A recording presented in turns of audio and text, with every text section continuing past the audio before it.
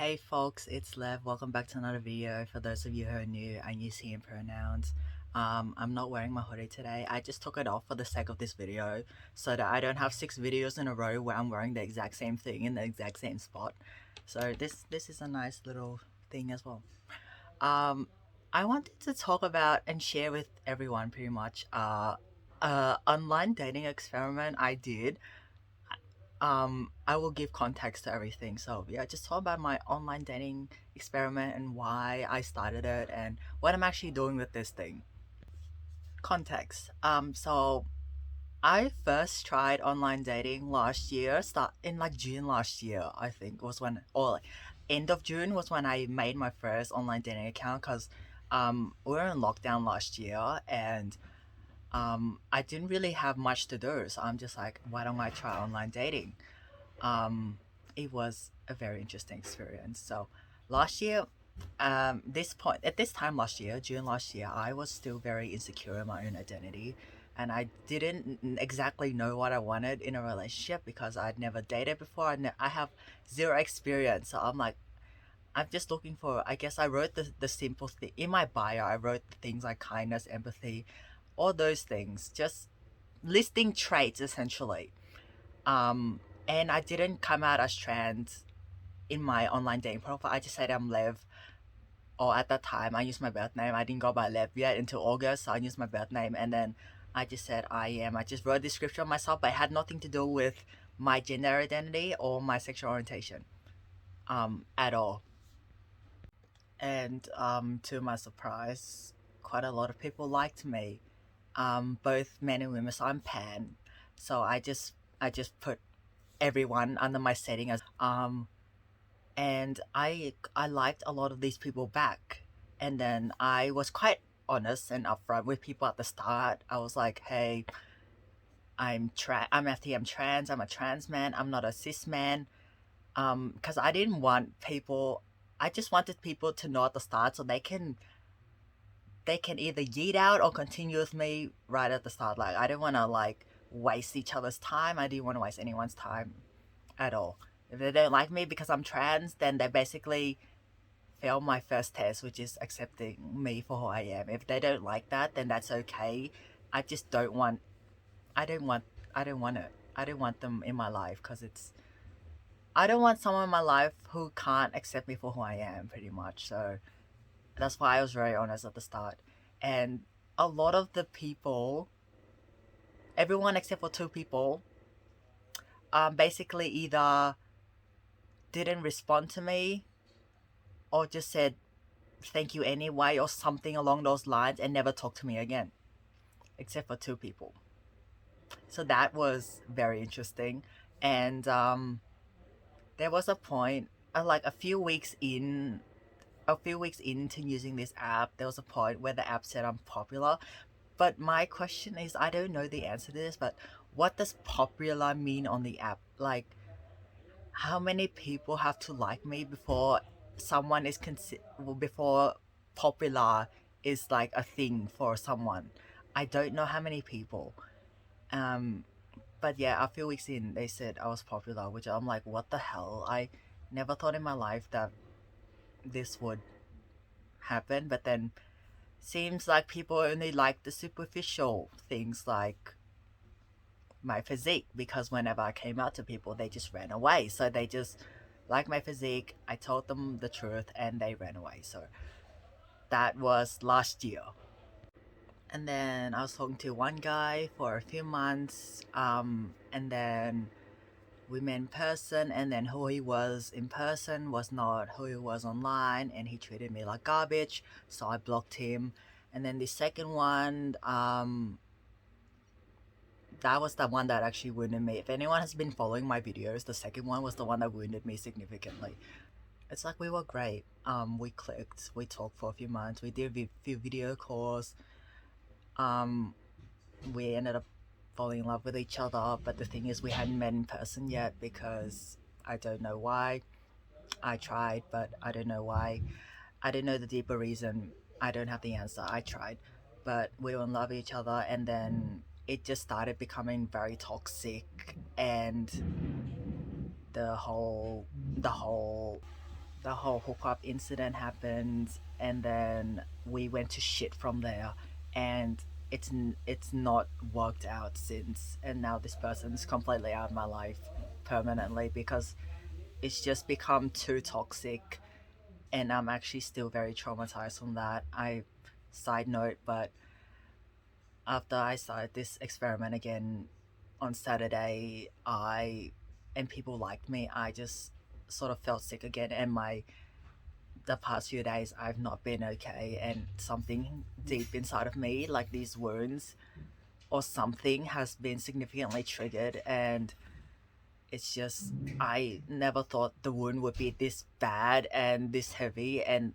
the after effects and I guess the consequences of that connection that had become toxic. I never knew that it was gonna be this bad, even after a few weeks of healing. Like it's not good. Before I continue talking about my little online dating social experiment, I'm gonna talk about a few important things I took out of that connection that had become toxic. And I realized there were some things I did that sort of I basically self sabotaged myself in a few ways, and why I guess upon reflection it didn't end up working out for from my end, at least in my perspective. The first thing is that I wasn't standing up for myself and my needs. I if if you watch other videos of mine, you would maybe know that I tend to be a people pleaser, especially when I was younger. I was a very heavy people pleaser. I was a doormat. I didn't know how to say no to people. I said yes to everything. I kept quiet about what I needed and my needs and just put other people first all the time.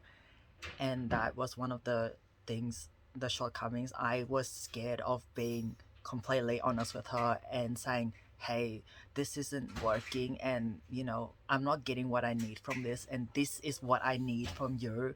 I didn't do that, and that was the I say one of the biggest things that messed me up, was not being able to stand up for myself. And it was only from this experience that I gained more confidence in setting up for myself and saying, "Hey, this is what I need. This is what I need in relationships, and this is what I want."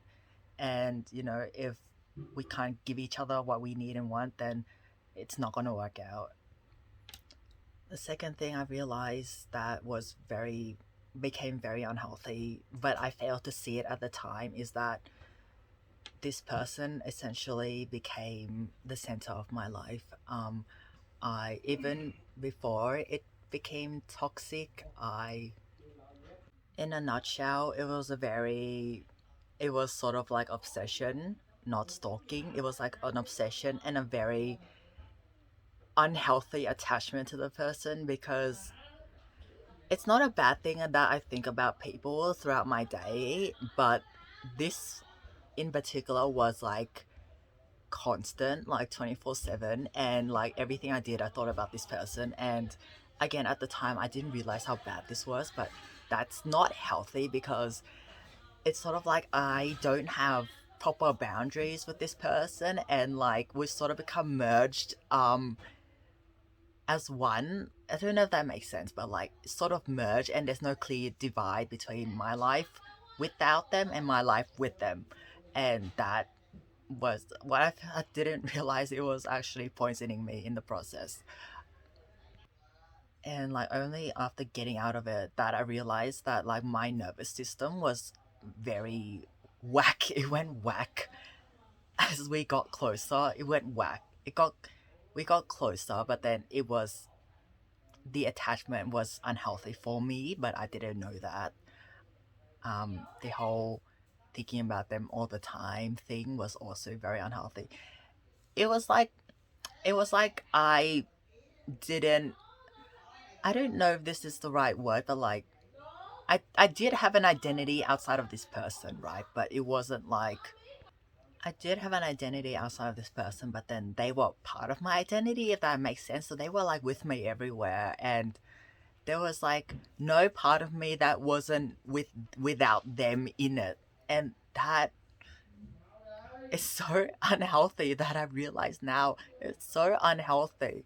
It's like important for me to have an identity completely my own identity outside of anyone else in my life. Just me and my own identity. Yes. Jeez, like now, and the third thing that was really bad is that, I guess ever since we grew close and like loved each other and stuff, I didn't know how to be without the person, if that makes sense. It's like, in a way, I was dependent on this person to, I guess, fill an empty hole inside of me, which is not good. Not good at all. That's not healthy at all.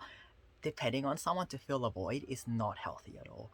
And again, at the time, I failed to realize this and only realized after I got out of that relationship. Um, that really says to me that there is some more work I need to do on myself and, know how to stand on my own 2 feet, even if there is a dark, empty void inside of me, and not like having someone else in my life to fill the void. And essentially, I have been doing a lot of work on myself across the years on different domains of my life, and I have started working on, how do I actually be alone and be content and comfortable with this feeling rather than trying to fill the void with other people. I'm not saying that, social contact is bad or loving someone is bad. That's not what I'm trying to say. I'm trying to say is there has to be some part of me that knows how to be alone and be content with just being by myself and doing things by myself. And just, learning how to sit in discomfort and challenging feelings alone. And, sort of for me, it's important to like know how to sit with my own emotions and use it in some way to foster growth, or just like allow myself to sit in emotions rather than, again, trying to fill it up and distract myself because I don't want to deal with it. I'm really grateful that I had this experience because if I well, firstly, I sort of experienced what it felt like to fall in love with someone, and secondly, I had no idea about, I guess, how complicated relationships would be. um and had I not experienced this with this person, I would be nowhere near as knowledgeable or insightful about relationships and how I respond in relationships, and I guess what I am seeking in relationships. I had a broad, I guess, a general idea of what I wanted before this experience, but it wasn't until the good things happened in this relationship and then the shitty things that happened in this relationship that taught me, I know now exactly what I'm looking for in relationships, and I will talk about that. Slightly off track, but after I got out of this toxic connection, or a connection that had become toxic. It wasn't toxic at the start, but then it grew toxic. Um, I am really reinforcing the skills and the ability to be content with being alone and not having someone fill a void, essentially. And it's hard. Like, sitting in these feelings is hard. I'm not gonna deny it. But as time goes on and as I continuously put in work into this area, I just grow more confident and more able to be by myself and know that I can have fun by myself, and I can treat myself well and look after myself and do just have wholesome times with myself, if that makes sense. Like I do, making these videos, drawing, journaling, writing blogs, doing all of this, creating custom gifts for my friends. All of this stuff gives me meaning and purpose. And this is the stuff that essentially fills the void, on top of working through difficult psychological and emotional baggage that I may be carrying, working through that, and continuing to do these things that give me meaning and purpose. That is the ultimate void feeling thing for me that no one could ever, I guess, fulfill fully. All right, back to my little experiment. So yeah, um, after I met this person last year on the app, I deleted my app and I pledged to never go on a dating app again. But recently, I was just very curious about something. Now that I've learned everything I've learned that I just discussed about relationships and myself and what I want and stuff, and after being rejected last year so many times when people like me and then they didn't know I'm trans, and then they rejected me after they knew I'm trans, after all of these experiences, I was just very curious about one thing. Would people still want to match with me and like me on a non-LGBTIQ plus app? That is, this is not an LGBTIQ plus dating app, it's just a general cishet orientated dating app. Would people still like me if I was completely honest, completely blatant about what I want and who I am? So on my profile I have, I'm not gonna put it up on YouTube to see, but for the I am section I wrote I am transgender, FTM transgender and pan. If you don't like the sound of this, it's okay. Let's not waste each other's time. Straight up blatant, no bullshit sentence. And for like what I'm looking for in a partner, I wrote vulnerability, the ability to own one's flaws and the ability to own one's flaws and be accountable for actions and mistakes. And I forgot I wrote a few other things. Being able to deal with things in a sensitive manner, being able to have open and honest conversations, the ability to be vulnerable, lower one's walls, you know. And there was a prompt that's like, what makes a relationship successful? And one of the things I wrote is working together to overcome issues and not treating each other as enemies. And I also wrote listening to understand, not listening to respond, and being empathetic, compassionate. And yeah, that was my profile. And so I set it up on Saturday night at like around 6:30 p.m. and I left it there. And then I checked it on Sunday just before like midday. So basically I less than 24 hours. It was less than 24 hours. I went back on and the app said I was popular and I'm like, what the hell? This was less than 24 hours. And if you remember, when I did this last year, it was like a few weeks before I reached the you're popular thing. But I left this one on for less than 24 hours and it said I was popular. It was annoying because I couldn't see how many people actually liked me and I couldn't see who actually liked me unless I paid for premium. And I'm not paying premium for this. I'm not paying for this garbage like dating up stuff. No, I'm not paying for this. So that's sort of like a shortcoming of my experiment, that if I want more data, I have to pay for it. I'm actually very curious to see who actually likes me, as in, what are the profiles of the people who like me like what do they say in their profile? Are they very superficial in their profile? Do they write a lot of detail in their profile? How honest are they in their profile? Like, there's so many questions that have arisen from this, and I can't answer it unless I pay premium, which I'm not willing to do. And I have like one theory at least about why this may be like 24 hours, less than 24 hours compared to a few weeks. Also forgot to mention that I did go back on the exact same app that I went on last year, and I also picked everyone again because I'm pan, so men, women, whoever, whichever gender, it doesn't bother me. Everyone. So that's extra context. Same app, same settings for who I'm looking for, gender wise. I didn't like everyone back.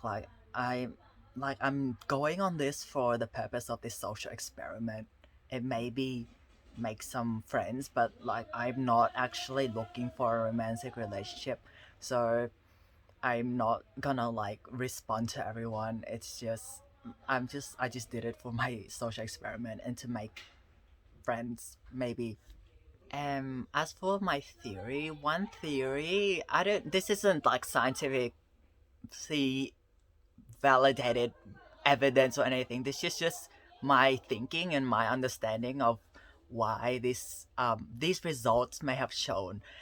I One thing I'm very confident in is that everyone wants safety. Everyone wants psychological and emotional safety. Everyone wants a place where they can feel vulnerable and they can be vulnerable and they don't have to fake it till they make it, or just like suppress all of their difficult emotions and experiences, or like, pretend to be someone they're not. People want to people want a safe space and environment in order to live their truth and be who they are and live their best self, or just not have to hide anything, just being honest and open with everything. And I think that because I was so vulnerable, my profile, coming out as trans, and saying that I also want a safe space. Like, I want a safe space to be myself and someone who's empathetic and sensitive and can be vulnerable and whatnot. I think people are attracted to the fact that I am vulnerable. Because honestly, for me, if someone is vulnerable, I find that very attractive. Like, that's an awesome thing. Being able to be vulnerable in a world where being different and showing emotion and showing that we're not okay is in a way shunned, and like it's considered not okay. If someone can actually be vulnerable with me, that's just honestly incredible. And my former one of my former therapists did say to me, vulnerability attracts vulnerability. So yeah, in those three words, vulnerability attracts vulnerability, maybe that's one of the theories behind why these results show, and not last year when I didn't say I was trans in my profile, when I wasn't as vulnerable, and I was just like everyone else on the dating world, in the dating app world, just being very, I guess, superficial with things and what I said in my profile. Just adding to that, I think everyone on this earth wants to feel belonged. Everyone wants to have a sense of connection with other human beings. Everyone wants to be seen for who they are. Everyone wants to feel heard. Everyone wants to be accepted for who they are, essentially.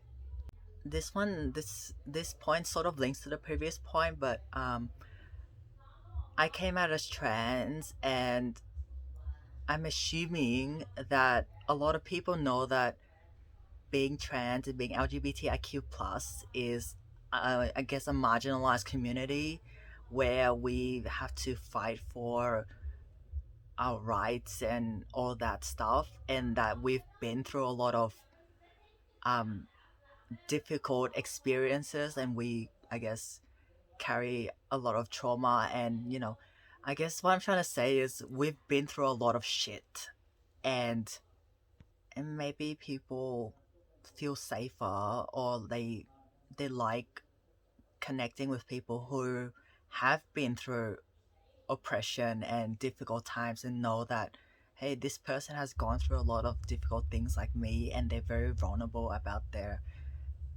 who they are and identity. Maybe I feel safe being me around them as well. That's just one other thing I'm thinking of. I don't have any other theories on my mind at the moment, but if I come up with more, I will probably make another video updating all of you about my thoughts and whatnot.